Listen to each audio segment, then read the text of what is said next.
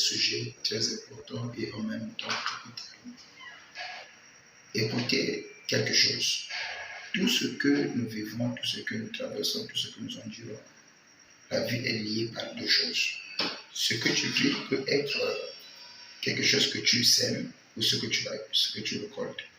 Tout ce qui t'arrive dans la vie peut être le résultat ou le fruit de ce que tu sèmes ou ce que tu récoltes. Et ici, pour mieux comprendre cela, nous allons prendre un passage de la Bible qui va le mettre d'accord. Dans le livre de 1 Roi, chapitre 2, verset 5. 1 Roi, chapitre 2, verset 5. Ici, c'est ce que David était sur le lit, terrassé par la vieillesse. Il appelle son fils Salomon. Il lui donne des instructions à Salomon. Qu'est-ce que David va dire à Salomon?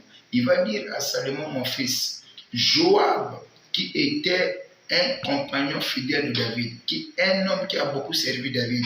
Mais David dit à son fils, tu sais ce que Joab m'a fait, fils de Thérouja, ce qu'il a fait aux deux chefs de l'armée d'Israël, Abner et fils de Ner, à Amasa et fils de Jéter. Il les a tués et a versé le sang pendant la paix, le sang de la guerre, et il a mis le sang de la guerre sur la ceinture qu'il avait au rein et sur les chaussures qu'il avait aux pieds. Alors, bien-aimé, quand Dieu te place à côté d'un leader, fais très attention. Lorsque le leader pleure à cause de ton manque d'obéissance, lorsque le leader verse de l'âme, parce que tu lui aurais vexé, tu lui aurais blessé intérieurement, tu sors dans la couverture spirituelle que lui a. Et sache-le, tôt ou tard, tu finiras par payer les conséquences à un prix très élevé.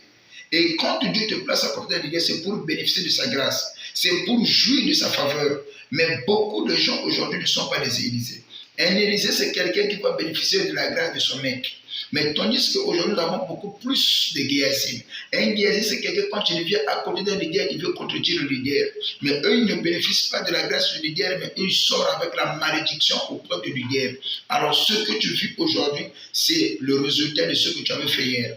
Alors, voilà pourquoi nous avons toujours l'habitude de dire, le passé de l'homme réclame son présent. Alors, ma soeur, mon frère, ce que tu fais, sache-le que ce que tu vis, ce que tu es en train de voir aujourd'hui, peut être la semence ou comme la récolte de ce que tu avais fait hier. Alors, agis bien. Voilà pourquoi la Bible dit que non, et que le malheur poursuit celui qui pêche et le bonheur récompense les justes. Soyez tous bénis au nom de Jésus. Que mon Dieu vous bénisse.